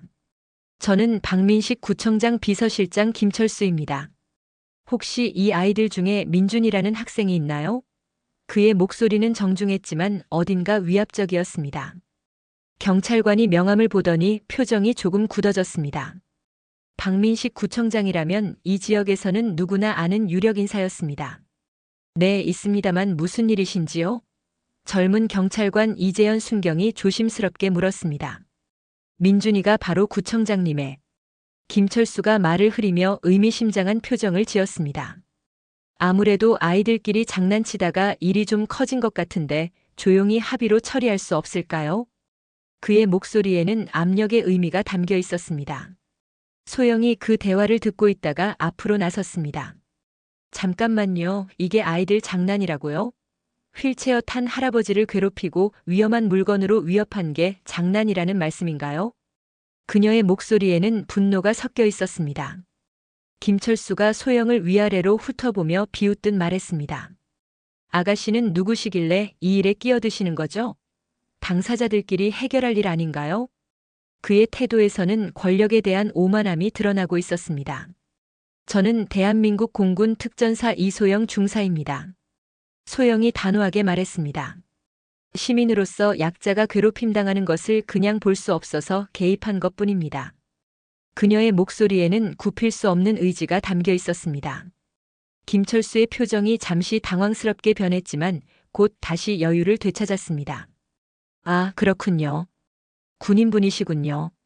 하지만 이건 민간인들 사이의 문제라서요. 군인분이 개입하시기에는 좀 부적절하지 않을까요? 그는 소영을 압박하려 했습니다. 하지만 시민들이 가만히 있지 않았습니다. 부적절하다니요? 정의로운 일을 한 분한테 무슨 소리예요? 한 할머니가 분개하며 소리쳤습니다. 맞아요. 오히려 이런 분이 더 많아야 해요. 다른 시민들도 하나둘씩 목소리를 높이기 시작했습니다. 그때 또 다른 차량이 도착했습니다. 이번에는 더욱 고급스러운 외제차였습니다. 차에서 내린 사람은 박민식 구청장 본인이었습니다. 50대 후반의 그는 이 지역에서 15년째 구청장직을 맡고 있는 절대적인 권력자였습니다. 건설업체와 부동산 개발업체들과 깊은 관계를 맺고 있어 이 동네에서는 함부로 건드릴 수 없는 존재였습니다. 순경님 수고 많으십니다. 박민식이 이재현 순경에게 다가가며 정중하게 인사했습니다. 제 조카가 말썽을 부린 것 같은데 어떻게 된 일인지 설명 좀 들을 수 있을까요? 그의 목소리는 정중했지만 그 안에 담긴 압박감은 누구나 느낄 수 있었습니다. 장마철의 무더운 날씨 속에서도 그는 완벽하게 다림질된 정장을 입고 있었습니다. 이재현 순경은 박민식의 위압적인 분위기에 움츠러들었습니다. 그게 구청장님. 조카분이 다른 시민과 시비가 붙었는데 젊은 순경의 목소리가 점점 작아졌습니다. 지역 유력 인사 앞에서 제대로 된 말을 하기가 어려웠습니다. 시비가 아니라 일방적인 괴롭힘이었습니다. 소영이 끼어들며 말했습니다. 휠체어를 탄 할아버지를 집단으로 괴롭히고 돈을 빼앗으려 했어요. 그리고 위험한 물건으로 위협까지 했고요. 그녀의 목소리는 조금도 위축되지 않았습니다. 박민식이 소영을 찬찬히 바라보았습니다. 젊은 여성이 자신에게 당당하게 맞서는 모습이 신선하면서도 불쾌했습니다. 이 지역에서 자신에게 이렇게 나서는 사람은 거의 없었기 때문입니다. 아가씨가 누구시길래 이렇게 나서시는 거죠? 그의 목소리에는 은근한 위협이 담겨 있었습니다. 이소영 중사입니다. 공군 특전사 소속이고요. 소영이 당당하게 대답했습니다. 그녀는 구청장이라는 직책에 전혀 위축되지 않았습니다. 군인으로서 받은 훈련과 신념이 그녀를 단단하게 지켜주고 있었습니다. 박민식의 눈빛이 차갑게 변했습니다. 아, 군인분이시군요. 그런데 이소영 중사님, 군인이 민간인 일에 이렇게 개입하는 게 적절한가요? 게다가 제 조카를 다치게 하신 것 같은데요. 그의 말에는 교묘한 함정이 숨어 있었습니다. 위험한 물건으로 위협받는 상황에서 정당 방위를 한 것뿐입니다. 소영이 전혀 위축되지 않고 대답했습니다. 구청장님, 조카분부터 잘못을 인정하고 사과하시는 게 맞지 않을까요? 할아버지께 한 일을 생각해 보세요. 민준이 삼촌 뒤로 숨으며 말했습니다. 삼촌, 저 여자가 우리를 때렸어요. 괜히 시비 걸어서 아프게 했다고요. 그의 목소리에는 억울함이 가득했습니다. 자신들이 먼저 괴롭힘을 시작했다는 사실은 완전히 빼버린 채 말이었습니다. 박민식이 조카의 말을 듣고 분노가 치밀어 올랐습니다. 감히 자신의 가족을 건드린 상대를 그냥 놔둘 수는 없었습니다. 특히 이렇게 많은 사람들이 지켜보는 가운데서 말입니다. 이소영 중사님, 박민식이 위협적인 목소리로 말했습니다. 이 일은 여기서 끝나지 않을 겁니다. 군인이라고 해서 민간인을 함부로 대해도 되는 줄 아시나요? 소영이 냉소적으로 웃었습니다. 구청장님 협박하시는 건가요? 저는 정당한 일을 했을 뿐입니다. 오히려 조카분 교육을 제대로 시키시는 게 어떨까요? 그녀의 목소리에는 굽힐 수 없는 의지가 담겨 있었습니다. 박민식의 얼굴이 붉어졌습니다. 이런 무례한 여자는 처음이었습니다. 자신의 권력 앞에서 굽힐 줄 모르는 상대를 만나니 당황스러웠습니다. 좋습니다, 이소영 중사님. 박민식이 차갑게 말했습니다. 이 일은 반드시 책임을 묻겠습니다. 군에도 연락할 것이고 적절한 조치를 요구할 예정입니다. 이재현 순경이 난처해하며 중간에 끼어들었습니다. 일단 파출소로 가서 정식 조사를 받으시죠. 현장에서는 판단하기 어려운 일이라서요. 젊은 순경은 구청장과 특전사 중사 사이에서 어떻게 처리해야 할지 몰라 당황하고 있었습니다. 주변 시민들이 웅성거리기 시작했습니다. 저 구청장이 자기 조카 잘못은 덮고 오히려 피해자를 위협하네. 정말 가관이다. 한 아저씨가 혀를 끌끌 차며 말했습니다. 맞아요. 저 젊은이들이 얼마나 나쁜 짓을 했는데 뻔뻔하기까지 하네. 할머니 한 분이 분개하며 말했습니다. 박민식은 주변의 시선이 자신에게 불리하다는 것을 느꼈습니다. 하지만 쉽게 물러설 수는 없었습니다. 자신의 권위와 조카의 장래가 걸린 문제였기 때문입니다. 더군다나 이렇게 많은 사람들이 지켜보는 가운데 굴복할 수는 없었습니다. 김철수에게 눈짓을 한 박민식은 조용히 이재현 순경에게 다가갔습니다. 순경님, 이 일 조용히 처리해 주시면 감사하겠습니다. 구청장이 신경 써줄 일이 있을 거예요. 그가 순경의 귀에 속삭였습니다. 그의 목소리는 작았지만 그 의미는 분명했습니다. 하지만 소영이 그 모든 것을 지켜보고 있었습니다. 권력으로 정의를 짓밟으려는 모습을 보며 그녀의 결심은 더욱 굳어졌습니다. 이런 일이 더 이상 벌어져서는 안 되었습니다. 특전사로서 받은 훈련과 신념이 그녀를 움직이고 있었습니다. 순경님, 잠깐 얘기 좀 하시죠. 박민식이 이재현 순경을 한쪽으로 불러내며 말했습니다. 그의 목소리는 정중했지만 그 안에 담긴 압박감은 누구나 느낄 수 있었습니다. 장마철의 습한 공기가 이 모든 상황을 더욱 무겁게 만들고 있었습니다. 소영은 두 사람이 구석에서 나누는 대화를 예리한 눈으로 지켜보았습니다. 박민식이 이재현의 어깨에 손을 올리며 무언가를 속삭이는 모습이 보였습니다. 이재현의 표정이 점점 어두워지는 것도 확인할 수 있었습니다. 권력의 압력이 어떻게 작동하는지를 그녀는 정확히 알고 있었습니다. 이런 식으로 일이 처리되어서는 안 되었습니다. 소영은 즉시 자신의 휴대폰을 꺼내 이 모든 상황을 녹화하기 시작했습니다. 특전사에서 받은 증거 수집 훈련이 이런 곳에서 도움이 될 줄은 몰랐습니다. 하지만 지금은 모든 것을 기록해 두어야 했습니다. 할아버지, 무서워하지 마세요. 소영이 영철 할아버지에게 다가가 어깨를 토닥이며 말했습니다. 끝까지 진실을 말하면 돼요. 할아버지가 잘못한 게 아무것도 없어요. 그녀의 목소리에는 따뜻함과 확신이 담겨 있었습니다. 하지만 영철 할아버지의 얼굴에는 여전히 두려움이 가득했습니다. 민준의 삼촌이 이렇게 큰 인물인 줄 몰랐거든요. 정말 괜찮을까요, 아가씨? 할아버지가 떨리는 목소리로 말했습니다. 73세의 노인에게는 권력자와의 싸움이 너무나 버거웠습니다. 괜찮아요, 할아버지. 제가 끝까지 할아버지 편에서 지켜드릴게요. 소영이 확신에 찬 목소리로 대답했습니다. 그녀의 눈에는 흔들림이 전혀 없었습니다. 특전사로서 받은 훈련과 신념이 그녀를 지켜주고 있었습니다. 한편 박민식과 이재현의 대화가 끝났습니다. 이재현 순경의 얼굴이 완전히 굳어져 있었습니다. 박민식은 만족스러운 미소를 지으며 소영에게 다가왔습니다. 그의 걸음걸이에는 자신감이 넘쳐 흘렀습니다. 이소영 중사님. 이재현 순경이 어색한 표정으로 소영에게 말했습니다. 일단 파출소로 가셔서 조사를 받으셔야겠습니다.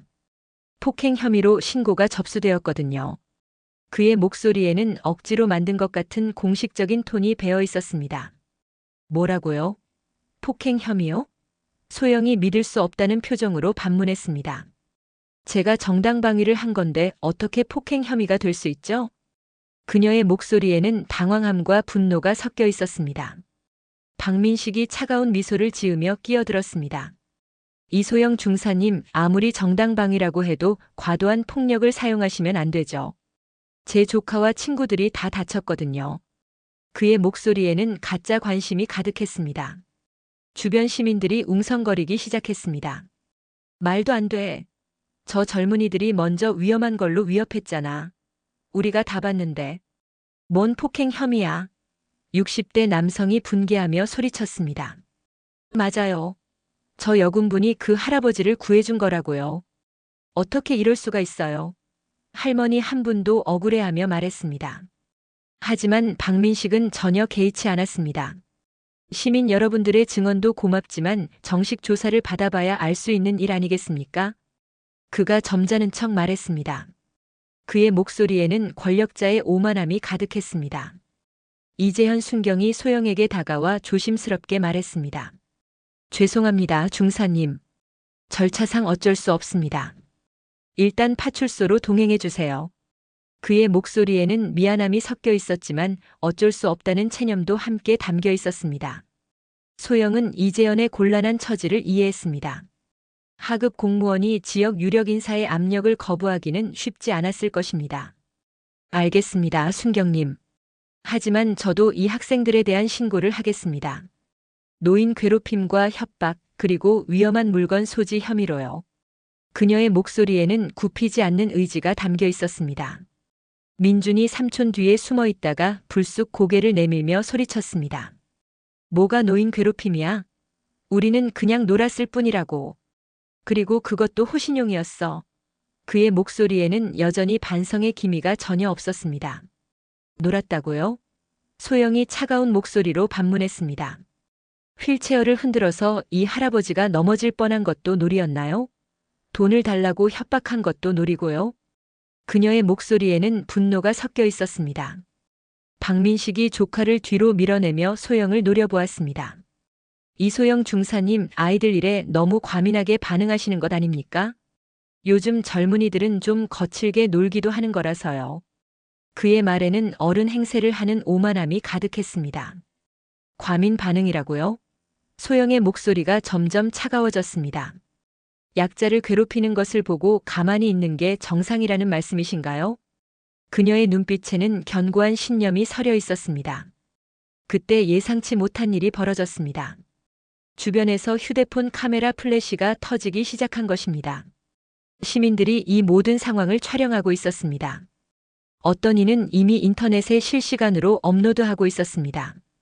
장마철의 흐린 하늘 아래에서도 휴대폰 화면들이 밝게 빛나고 있었습니다.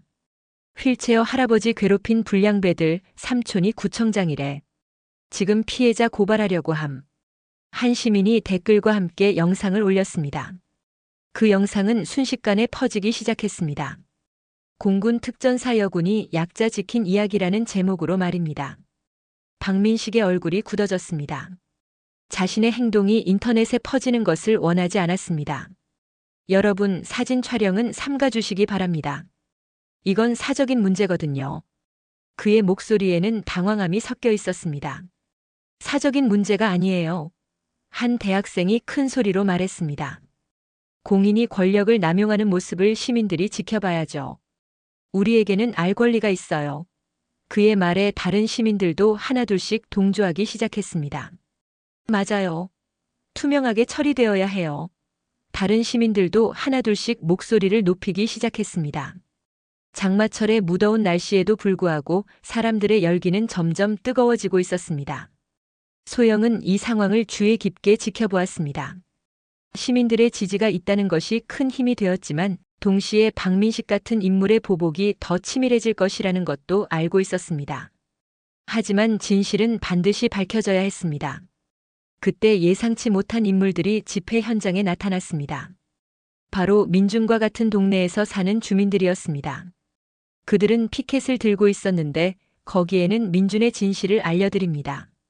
더 이상 침묵할 수 없습니다라고 적혀 있었습니다. 주민 대표로 나선 김순이라는 50대 여성이 마이크를 잡고 말했습니다. 안녕하세요. 저는 이 동네에서 20년째 살고 있는 김순이입니다. 오늘 이 자리에 나온 이유는 더 이상 침묵할 수 없어서입니다. 민준이는 우리 동네에서 유명한 말썽꾸러기예요. 저희들도 많이 괴롭힘을 당했거든요. 시민들이 숨을 죽이고 그녀의 증언을 들었습니다. 김순이가 계속 말했습니다. 민준이는 삼촌이 구청장이라고 항상 자랑하면서 동네 상인들을 무시했어요. 특히 나이 많으신 분들이나 약한 사람들을 골라서 괴롭혔거든요. 영철 할아버지만이 아니라 다른 어르신들도 많이 당했어요. 또 다른 주민이 나서서 증언했습니다.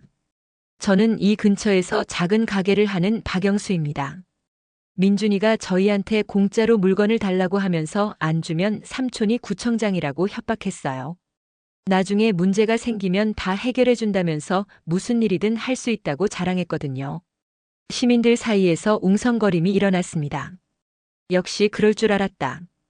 권력을 믿고 아무나 괴롭혔구나. 정말 가관이다 같은 말들이 들려왔습니다. 장마철의 습한 공기 속에서도 사람들의 분노는 뜨겁게 타오르고 있었습니다.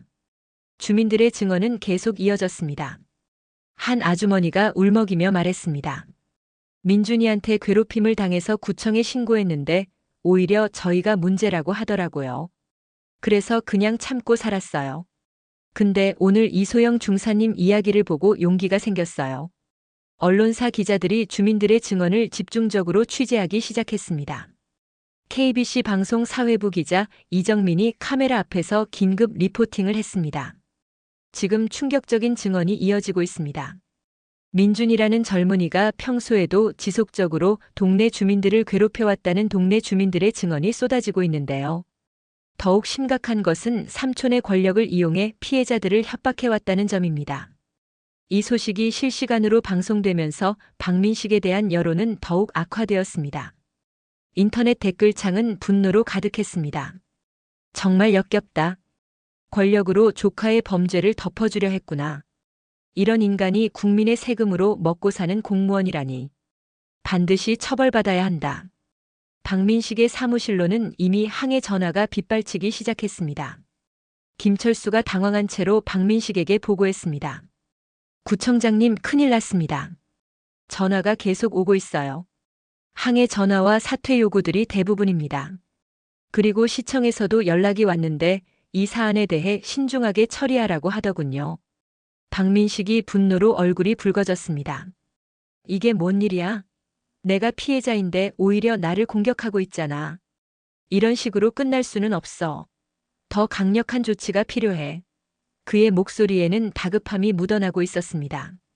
김철수가 조심스럽게 물었습니다. 어떤 조치를 말씀하시는 건가요? 구청장님. 박민식의 눈에 차가운 빛이 스쳤습니다. 시장과 개인적으로 아는 사이야. 직접 연락해서 이소영이라는 군인을 완전히 군에서 쫓아내야겠어. 징계로는 부족해. 아예 군법회의에 회부시켜서 전역시켜버리자. 김철수가 당황하며 말했습니다. 구청장님, 그러면 오히려 더 큰 논란이 될 수도 있지 않을까요? 지금도 시민들이 반발하고 있는데. 박민식이 비웃으며 대답했습니다. 시민들이 뭘 할 수 있어? 결국 권력이 이기는 거야. 며칠 지나면 다들 잊어버릴 일이라고. 한편 현장에서는 또 다른 변화가 일어나고 있었습니다. 예비역 군인들과 현역 군인 가족들이 소영을 지지하는 성명을 발표하기 시작한 것입니다. 공군 예비역 모임에서 성명서를 발표했습니다. 이소영 중사는 공군의 자랑이며 진정한 군인 정신을 보여준 분입니다. 약자를 지키고 정의를 실현하는 것이야말로 군인의 본분이며 이런 분을 징계하는 것은 군 전체의 명예를 실추시키는 일입니다. 현역 군인 가족들도 익명으로 지지 의사를 표명하기 시작했습니다. 온라인에는 이소영 중사를 지지하는 글들이 계속 올라오고 있었습니다. 진짜 멋진 군인이다. 이런 사람이 우리나라를 지키고 있다니 자랑스럽다. 박민식 구청장은 부끄러운 줄 알아야 한다. 권력으로 정의를 짓밟으려 하다니 같은 댓글들이 수천 개씩 달렸습니다. 영철 할아버지도 용기를 내어 증언을 시작했습니다. 저는 이런 일이 처음이 아니었어요. 할아버지가 떨리는 목소리로 말했습니다. 민준이와 친구들이 저를 한 달 넘게 괴롭혔어요. 매번 돈을 달라고 하고 주지 않으면 휠체어를 망가뜨리겠다고 협박했어요. 그의 증언에 시민들이 더욱 분노했습니다. 이소영 중사님이 아니었으면 저는 계속 당했을 거예요. 할아버지가 눈물을 흘리며 말했습니다. 중사님은 제 영웅입니다. 이런 분을 징계한다는 것은 말이 안 돼요. 그의 간절한 호소에 시민들이 박수를 치며 응원했습니다. 시민들의 지지는 점점 더 커져갔습니다. 장애인 인권단체, 시민사회단체들이 하나둘씩 성명을 발표하기 시작했습니다. 한국장애인 부모연대에서 성명을 발표했습니다. 이소영 중사님 같은 분이 있어서 우리 사회가 아직 희망이 있다고 생각합니다. 권력을 가진 사람들이 약자를 괴롭히는 자식들을 감싸려고 정의로운 사람을 탄압한다면 이 나라의 정의는 어디에 있겠습니까? 인터넷에서는 소영을 지지하는 여론이 더욱 거세게 일고 있었습니다. 각종 온라인 커뮤니티와 SNS에서 소영을 지지하는 게시글들이 폭발적으로 늘어나고 있었습니다. 진짜 멋있는 군인이다. 이런 분이 우리나라를 지켜주고 있구나. 박민식은 권력 남용으로 수사받아야 한다. 이소영 중사님 힘내세요. 우리가 응원합니다 같은 댓글들이 수십만 개씩 달렸습니다. 청와대 국민청원 게시판에도 이소영 중사 보호를 요구하는 청원이 올라와 하루 만에 10만 명이 넘는 사람들이 동참했습니다. 청원 내용은 간단했습니다. 약자를 지킨 영웅을 지켜주세요. 권력의 횡포에 굴복하지 말아주세요. 박민식은 자신의 사무실에서 인터넷 뉴스를 보며 분노로 이를 갈고 있었습니다. 김철수, 이게 뭔 일이야? 내 조카가 가해자로 몰리고 있잖아. 댓글들 좀 봐. 완전히 악역 취급하고 있어. 김철수가 식은땀을 흘리며 대답했습니다. 구청장님, 여론이 예상보다 많이 안 좋습니다. 시민들이 그 여군을 영웅으로 보고 있어서요. 언론사에도 연락해봤는데 이미 너무 화제가 되어서 막기가 어렵다고 하더군요. 박민식이 주먹으로 책상을 쳤습니다. 말도 안 돼. 내가 피해자인데 오히려 나를 공격하고 있잖아. 이럴 리가 없어. 분명히 뒤에서 조작하는 세력이 있을 거야. 그의 목소리에는 현실을 받아들이지 못하는 분노가 가득했습니다. 현장에서는 시민들의 지지 집회가 더욱 커지고 있었습니다. 처음에는 수십 명이었지만 이제는 200명이 넘는 사람들이 소영을 지지하는 집회를 열고 있었습니다. 진정한 군인을 지켜주세요. 약자를 보호한 영웅을 징계하지 마세요. 정의는 반드시 승리해야 합니다라는 구호가 골목 전체에 울려 퍼졌습니다. 소영은 이 모든 상황을 지켜보며 감격스러워했습니다. 자신이 한 작은 행동이 이렇게 많은 사람들의 마음을 움직일 줄은 몰랐습니다. 정말 감사합니다, 시민 여러분. 저는 그저 당연한 일을 했을 뿐인데 이렇게 많은 분들이 지지해 주셔서 정말 감격스럽습니다. 앞으로도 군인으로서 시민 여러분을 지키는 일에 최선을 다하겠습니다. 박수와 환호가 하늘을 찔렀습니다. 장마철의 습한 공기 속에서도 시민들의 열정은 뜨겁게 타오르고 있었습니다. 정의가 승리하는 순간을 모두가 함께 만들어가고 있었습니다. 박민식이 시장에게 전화를 걸려고 했지만 이미 늦었습니다. 시청에서 먼저 연락이 온 것입니다. 박민식 구청장님, 지금 상황을 파악하고 계시죠? 시장의 목소리는 차가웠습니다.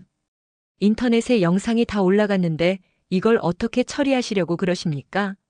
시민들의 항해 전화가 시청까지 쏟아지고 있어요. 박민식이 당황하며 대답했습니다. 시장님, 이건 오해입니다. 제 조카가 억울하게 당한 거예요. 그 여군이 먼저. 하지만 시장이 그의 말을 끊었습니다. 구청장님, 지금 상황을 모르고 계시는 건가요? 온라인에는 동네 주민들 증언까지 다 올라와 있어요.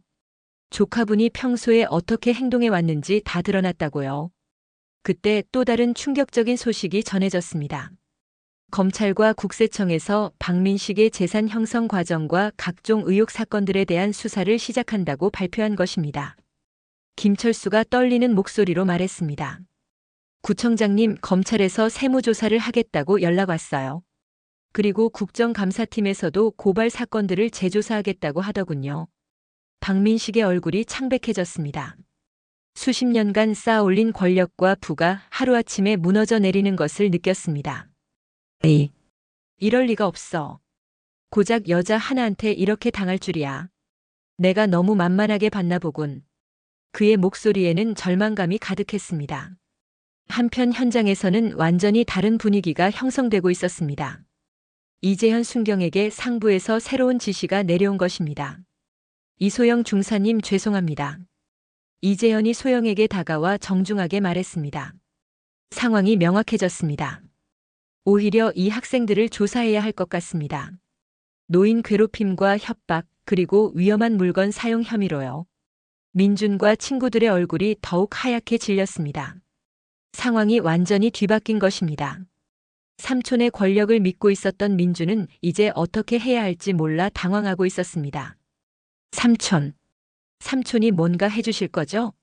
민준이 떨리는 목소리로 물었습니다. 하지만 박민식은 이미 자신의 일로 정신이 없었습니다. 조카를 도와줄 여유가 전혀 없었습니다. 김철수가 박민식에게 말했습니다. 구청장님, 지금은 민준이를 도울 상황이 아닙니다. 구청장님 자신부터 보호해야 할 것 같습니다. 그때 새로운 인물들이 현장에 도착했습니다. 국정감사팀 소속 수사관들과 언론사 기자들이었습니다. MBC 탐사보도팀 기자 김현수가 카메라를 들고 박민식에게 다가갔습니다. 구청장님, 오늘 사건에 대해 어떻게 생각하십니까? 조카분의 평소 행동에 대해서는 알고 계셨나요? 박민식이 카메라를 피하며 급하게 자리를 떠나려 했습니다. 노코멘트입니다. 저는 할 말이 없어요. 하지만 기자들이 그를 놓아주지 않았습니다. 구청장님, 그동안 조카분의 문제를 권력으로 덮어주셨다는 증언이 나오고 있는데요. 주변 시민들이 박민식을 향해 야유를 보내기 시작했습니다. 도망가네, 도망가. 권력으로 무마하려다가 실패하니까 꼬리 내리고 도망간다. 부끄러운 줄 알아야지. 구청장이라는 사람이 자기 조카 감싸려고 피해자 협박하다니. 시민들의 분노는 하늘을 찔렀습니다. 수사관들이 민준과 친구들에게 다가갔습니다. 학생들 조사를 받기 위해 함께 가야겠습니다. 노인 괴롭힘과 협박, 위험한 물건 사용 등 여러 혐의가 있어서요. 민준이 마지막으로 삼촌을 바라봤지만 박민식은 이미 자신의 차에 올라타 황급히 그 자리를 떠나고 있었습니다. 이제 정말 끝났구나. 수철이 절망적인 표정으로 말했습니다. 우리가 너무 잘못했어. 정민과 용태도 마찬가지로 후회하는 표정이었습니다. 그들은 이제야 자신들이 저지른 일이 얼마나 심각한 것인지 깨달았습니다. 소영이 수갑을 채워지는 민준에게 다가가 말했습니다. 이제라도 진심으로 반성하고 다시 시작하세요. 아직 젊으니까 기회는 있을 거예요. 하지만 다시는 약한 사람을 괴롭히면 안 돼요. 그녀의 목소리에는 따뜻함이 담겨 있었습니다. 민준이 고개를 푹 숙이며 대답했습니다. 네. 정말 죄송해요. 중사님 말씀대로 하겠어요. 다시는 이런 일 안 할게요. 그의 목소리에는 진심 어린 후회가 담겨 있었습니다. 영철 할아버지가 소영에게 다가와 깊이 고개를 숙였습니다. 정말 고맙습니다, 중사님. 중사님 덕분에 저는 새로운 희망을 얻었어요. 앞으로는 당당하게 살 수 있을 것 같아요. 할아버지의 눈에서는 감동의 눈물이 흘러내리고 있었습니다. 소영도 감동받으며 할아버지의 손을 잡았습니다. 할아버지, 저야말로 할아버지께 용기를 배웠어요. 약자라고 해서 당하고만 살 필요는 없어요. 우리에게는 정의로운 사람들이 많이 있으니까요. 그녀의 목소리에는 확신이 가득했습니다. 시민들이 소영을 향해 박수를 보내며 환호했습니다. 이소영 중사님, 이소영 중사님, 라는 구호가 곳곳에서 들려왔습니다. 한 할머니가 소영에게 다가와 말했습니다. 중사님 정말 자랑스러워요.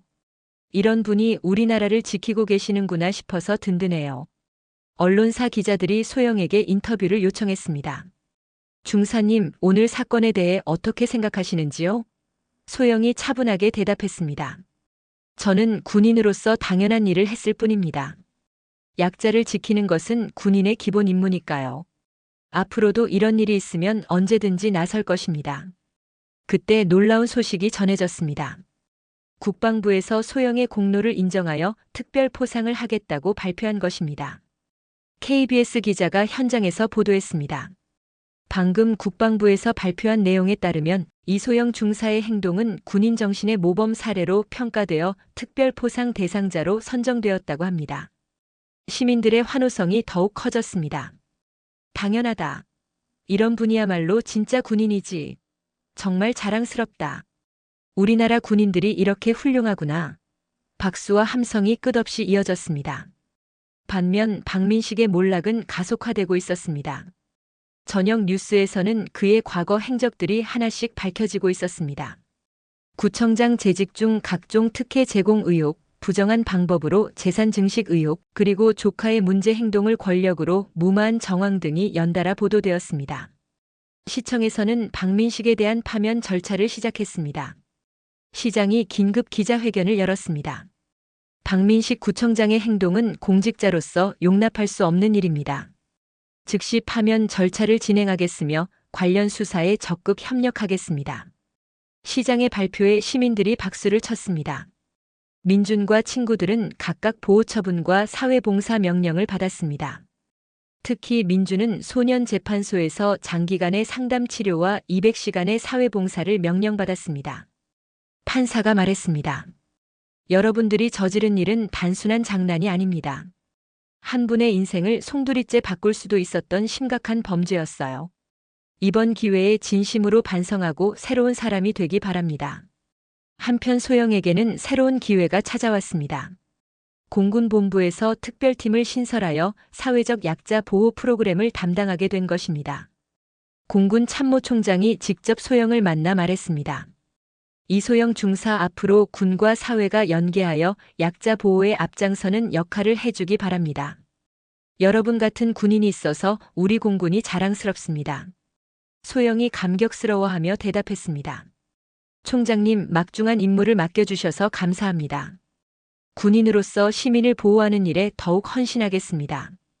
이번 일을 통해 더 많은 것을 배웠고 앞으로 더 나은 사회를 만드는 데 기여하고 싶습니다. 새로 신설된 약자 보호 특별팀에는 전국에서 지원자들이 몰려들었습니다. 소영과 같은 마음을 가진 군인들이 이렇게 많다는 것이 놀라웠습니다. 중사님, 저도 약자를 지키는 일에 동참하고 싶습니다. 한 젊은 중위가 지원서를 내며 말했습니다. 소영이 감사한 마음으로 대답했습니다. 함께 의미 있는 일을 해봅시다. 우리의 작은 노력이 모여서 더 따뜻한 세상을 만들 수 있을 거예요. 특별팀은 학교 폭력 예방 교육과 노인 보호 활동, 그리고 사회적 약자를 위한 각종 지원 사업을 담당하게 되었습니다. 박민식은 결국 모든 직책에서 물러나야 했습니다. 구청장직 파면은 물론이고 각종 비리 혐의로 검찰 조사를 받게 되었습니다. 수십 년간 쌓아올린 권력과 재산이 하루아침에 무너져 내렸습니다. 법정에서 그는 마지막으로 사과의 말을 했습니다. 저의 오만함과 잘못된 판단으로 많은 분들께 피해를 드려 죄송합니다. 특히 제 조카의 피해자인 영철 할아버지와 가족분들께 진심으로 사과드립니다. 그리고 이소영 중사님께도 깊이 사과드립니다. 하지만 이미 늦은 후회였습니다. 권력의 오만함이 가져온 당연한 결과였습니다. 그는 징역 2년에 추징금 5억 원이라는 처벌을 받았습니다. 법관이 선고 이유를 설명했습니다. 피고인은 공직자로서 가져야 할 기본적인 양심과 도덕성을 저버렸습니다. 특히 가족의 잘못을 권력으로 덮으려 한 것은 민주주의의 근간을 흔드는 심각한 범죄입니다. 1년이 흘렀습니다. 2025년 7월 18일, 정확히 1년 전과 같은 날이었습니다. 장마철이 끝나가는 무렵 소영과 영철 할아버지는 처음 만났던 그 골목을 다시 찾았습니다. 하지만 이제 그곳의 모습은 완전히 달라져 있었습니다. 골목 입구에는 작은 기념패가 세워져 있었습니다. 정의와 용기의 출발점이라는 글귀가 새겨져 있었고 그 아래에는 약자를 지키는 것이 진정한 용기입니다라는 문구가 적혀 있었습니다. 시민들의 성금으로 만들어진 이 기념패는 이제 이 동네의 상징이 되어 있었습니다. 중사님, 영철 할아버지가 환한 미소를 지으며 소영을 맞았습니다. 1년 전과는 완전히 다른 모습이었습니다. 휠체어를 타고 계셨지만 얼굴에는 자신감이 넘쳐 흘렀고 목소리도 당당했습니다. 그동안 얼마나 많은 변화가 있었는지 한눈에 알 수 있었습니다. 할아버지, 정말 건강해 보이세요. 소영이 할아버지의 손을 잡으며 말했습니다. 요즘 어떻게 지내세요? 할아버지가 자랑스럽게 대답했습니다. 중사님 덕분에 제 인생이 완전히 바뀌었어요. 이제는 장애인 권익보호 활동을 하고 있답니다. 저 같은 일을 당하는 분들이 없도록 돕고 있어요. 정말로 영철 할아버지는 지역 장애인복지관의 상담위원이 되어 계셨습니다. 자신의 경험을 바탕으로 다른 장애인분들이 괴롭힘을 당했을 때 어떻게 대처해야 하는지 상담해 주고 계셨습니다. 처음에는 떨리고 무서웠지만 중사님이 보여주신 용기를 생각하면서 힘을 냈어요. 할아버지의 목소리에는 자부심이 가득했습니다. 그런데 정말 놀라운 변화는 따로 있었습니다. 골목 저편에서 익숙한 얼굴들이 나타난 것입니다. 민준, 수철, 정민, 용태였습니다. 하지만 1년 전의 그들과는 완전히 다른 모습이었습니다. 깔끔하게 정리된 옷차림에 밝은 표정을 하고 있었습니다. 할아버지, 민준이 먼저 달려와 깊이 인사했습니다. 안녕하세요. 오늘도 봉사활동 나왔어요. 그의 목소리에는 진심 어린 존경이 담겨 있었습니다. 1년 전의 건방진 모습은 어디에서도 찾아볼 수 없었습니다. 이들은 지난 1년간 의무 사회봉사를 하면서 완전히 다른 사람이 되어 있었습니다. 장애인복지관에서 봉사하면서 그들은 처음으로 장애인들의 어려움을 이해하게 되었습니다. 특히 영철 할아버지와 함께 시간을 보내면서 자신들이 얼마나 잘못된 일을 했는지 깨달았습니다. 할아버지, 저희가 정말 잘못했어요. 수철이 진심 어린 목소리로 말했습니다. 이제는 할아버지 같은 분들을 도와드리는 게 저희 꿈이 되었어요. 앞으로도 계속 봉사활동하면서 속죄하고 싶어요. 그의 눈에서는 진심 어린 눈물이 흘러내리고 있었습니다. 정민과 용태도 마찬가지였습니다. 저희가 할아버지한테 드린 상처는 평생 잊지 않을 거예요. 정민이 고개를 숙이며 말했습니다. 앞으로는 약한 분들을 지키는 사람이 되고 싶어요. 중사님처럼 말이에요. 용태도 고개를 끄덕이며 동의했습니다. 영철 할아버지가 이들을 따뜻하게 바라보며 말했습니다. 여러분들이 이렇게 변해줘서 할아버지가 더 기뻐요. 사람은 누구나 실수할 수 있어요. 중요한 것은 깨닫고 고치는 거죠. 여러분들은 이제 정말 훌륭한 젊은이가 되었어요. 할아버지의 용서와 격려에 4명의 청년들은 더욱 감동했습니다. 소영도 이들의 변화를 보며 뿌듯해했습니다. 정말 대단해요, 여러분들. 진정한 용기를 배우셨네요. 약한 사람을 괴롭히는 것은 비겁한 일이지만 약한 사람을 지키는 것은 정말 용기 있는 일이에요. 그녀의 칭찬에 청년들의 얼굴이 밝아졌습니다. 민준이 소영에게 말했습니다. 중사님, 저희들 이제 대학교에서 봉사동아리 만들었어요. 이름도 정의와 용기로 지었거든요. 앞으로 더 많은 친구들과 함께 봉사활동 하려고 해요. 그의 목소리에는 새로운 꿈에 대한 열정이 가득했습니다. 소영의 약자 보호 특별팀도 놀라운 성과를 거두고 있었습니다. 지난 1년간 전국에 지부를 설치하여 각 지역의 약자 보호 활동을 전개해 왔습니다. 학교 폭력 예방 교육, 노인 보호 서비스, 장애인 권익 보호 활동 등 다양한 프로그램을 운영하고 있었습니다. 중사님 덕분에 우리 사회가 정말 많이 변했어요. 한 시민이 소영에게 다가와 말했습니다. 이제는 약한 사람을 괴롭히는 일이 훨씬 줄어들었고 오히려 도와주려는 사람들이 더 많아졌어요. 정말 감사해요. 그의 말에 주변 사람들이 모두 고개를 끄덕였습니다. 정말로 사회 분위기가 많이 달라져 있었습니다. 소영의 사례가 알려진 후 전국 곳곳에서 약자를 지키는 시민들이 늘어났습니다. 우리도 이소영 중사처럼이라는 슬로건으로 시민자원봉사단이 만들어졌고 학교에서는 정의와 용기에 대한 교육이 확대되었습니다. 박민식의 몰락 이후 이 지역 구청도 완전히 새로워졌습니다. 새로 부임한 구청장은 투명한 행정과 시민 참여를 최우선으로 하는 분이었습니다.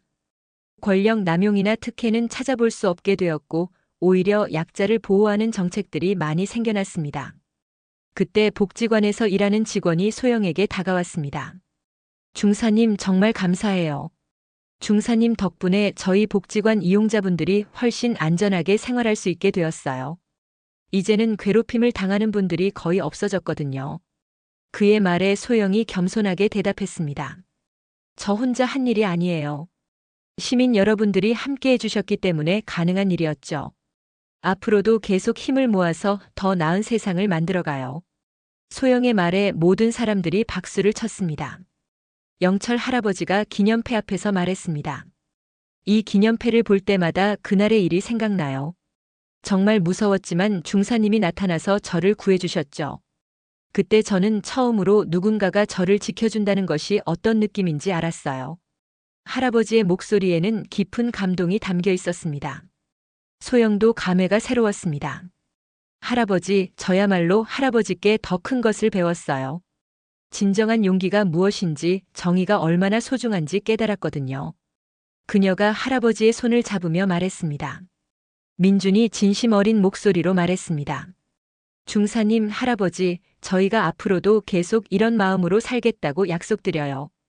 다시는 약한 사람을 괴롭히지 않을 뿐만 아니라 오히려 지켜드리는 사람이 되겠어요. 다른 친구들도 모두 고개를 끄덕이며 동의했습니다.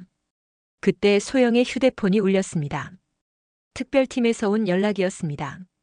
또 다른 곳에서 도움이 필요한 상황이 생겼다는 것이었습니다. 소영이 전화를 받고 나서 미안한 표정으로 말했습니다. 죄송해요. 급한 일이 생겨서 가봐야 할 것 같아요. 가세요, 중사님. 영철 할아버지가 환하게 웃으며 말했습니다. 중사님을 기다리는 분이 계시니까요. 저희도 오늘 봉사활동이 있어서 가야 해요. 민준도 고개를 끄덕이며 말했습니다. 중사님, 오늘 정말 감사했어요. 앞으로도 중사님처럼 살겠어요. 소영이 모든 사람들을 바라보며 마지막으로 말했습니다. 진정한 힘은 약자를 지키는 데 있습니다. 우리 모두가 서로를 지켜주는 따뜻한 세상을 만들어가요. 작은 용기가 모이면 큰 변화를 만들 수 있어요. 그녀의 말에 모든 사람들이 감동받았습니다. 민준이 이제는 당당한 목소리로 대답했습니다. 네, 중사님. 저희도 중사님처럼 용기 있는 사람이 되어서 더 많은 분들을 도와드리고 싶어요. 이 동네뿐만 아니라 어디든지 도움이 필요한 곳이 있으면 달려가겠어요. 하늘에는 장마가 완전히 거친 후에 맑은 햇살이 내리쬐고 있었습니다. 정의가 승리하고 약자가 보호받는 아름다운 세상의 모습이었습니다. 소영과 영철 할아버지 그리고 변화한 청년들의 얼굴에는 희망찬 미소가 피어올랐습니다. 작은 용기가 만들어낸 큰 변화, 그것이 바로 진정한 기적이었습니다. 한 사람의 올바른 행동이 얼마나 많은 사람들의 마음을 움직일 수 있는지, 그리고 세상을 얼마나 아름답게 바꿀 수 있는지를 보여주는 감동적인 이야기였습니다. 기념패 앞에서 모든 사람들이 함께 사진을 찍었습니다. 1년 전 괴롭힘을 당했던 할아버지, 그를 구해준 특전사 중사, 그리고 진심으로 반성하고 변화한 청년들. 모두가 함께 웃고 있는 모습은 정말 아름다웠습니다. 소영이 급히 떠나려 하자 할아버지가 마지막으로 말했습니다. 중사님이 저에게 주신 가장 큰 선물은 용기였어요. 이제 저도 다른 분들에게 그 용기를 나눠드리고 싶어요. 소영이 감동받으며 대답했습니다. 할아버지야말로 저에게 진정한 용기가 무엇인지 가르쳐 주셨어요. 모든 사람들이 각자의 길로 떠났습니다. 소영은 또 다른 도움이 필요한 곳으로, 할아버지와 청년들은 봉사활동 현장으로 향했습니다. 하지만 그들의 마음속에는 서로에 대한 고마움과 앞으로도 계속 좋은 일을 하겠다는 다짐이 가득했습니다. 저녁 뉴스에서는 소영의 특별팀이 1년간 거둔 성과가 보도되었습니다. 전국적으로 약자 괴롭힘 사건이 크게 줄어들었고, 오히려 시민들이 자발적으로 도움을 주는 사례가 늘어났다는 내용이었습니다. 진정한 영웅이 만들어낸 아름다운 변화의 물결이었습니다. 오늘 이야기를 끝까지 들어주신 모든 분들께 진심으로 감사드립니다. 세상에는 이소영 중사와 영철 할아버지, 그리고 변화한 청년들 같은 용기 있는 사람들이 있기 때문에 희망이 있습니다. 여러분도 일상에서 만나는 작은 불의에 용기 있게 맞서시기 바랍니다. 그 작은 용기들이 모여서 더 정의롭고 따뜻한 세상을 만들어갈 것입니다. 때로는 한 사람의 용기가 세상을 바꿀 수 있다는 것을 기억해 주세요. 영상이 마음에 드셨다면 좋아요와 구독 부탁드리며 댓글로 여러분의 따뜻한 이야기도 들려주세요. 감사합니다.